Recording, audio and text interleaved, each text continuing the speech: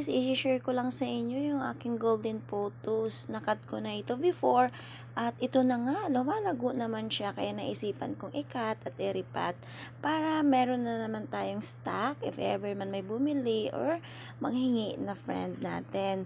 So first, lagyan natin ng soil. Yung soil na gamit ko again is more and rice hull and then kaunting soil lang kasi gustong gusto ng mga photos ko is mabuwaghag yung kanilang mga soil.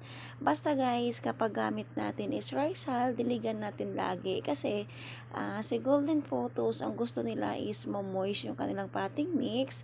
Huwag natin hayaan na mabilad sa araw kasi masusunog yung kanilang leaves. Shaded area lang siya guys, pwede din natin siya ilagay sa loob ng bahay. Kahit saang party ng bahay, pwede naman siya. Basta lagi natin i-check yung kanyang soil. Pansin ko guys, medyo malago na siya, kaya naisipan kong iripat ko na lang kaya ito.